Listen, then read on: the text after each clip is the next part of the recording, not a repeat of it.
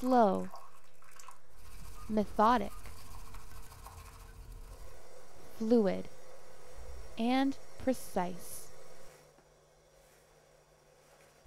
The ceremony of serving tea is a symbol of Japanese culture. Rebecca Craig shares this ancient tradition with guests from her Ottawa home turned tea house.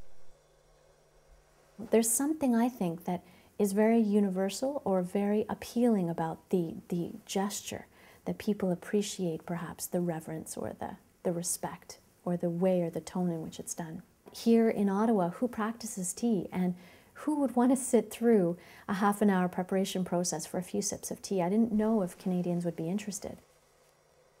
But the tradition did spark interest in Ottawa. People came to share her passion, a passion developed over 8 years spent teaching in Japan. When she left, she brought this piece of culture with her.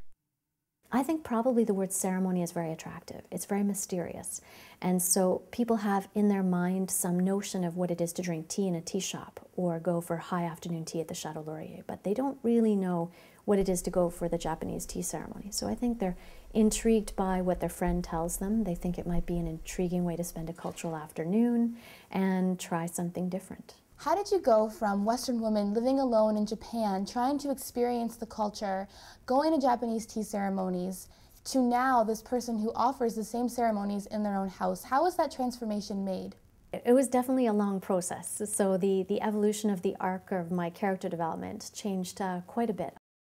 Much of what I do in my teaching life and my public life, my community life, is really about promoting the Japanese culture. So I would say that definitely I'm a very Japanized person.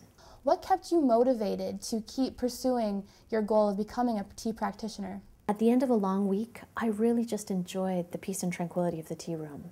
I got the opportunity to go to sit in a beautiful tea room in a Zen temple, to be served or to prepare tea in the traditional Japanese style, and that something about that became less about the practice and the learning and more about just experiencing the tranquility of the tea ceremony.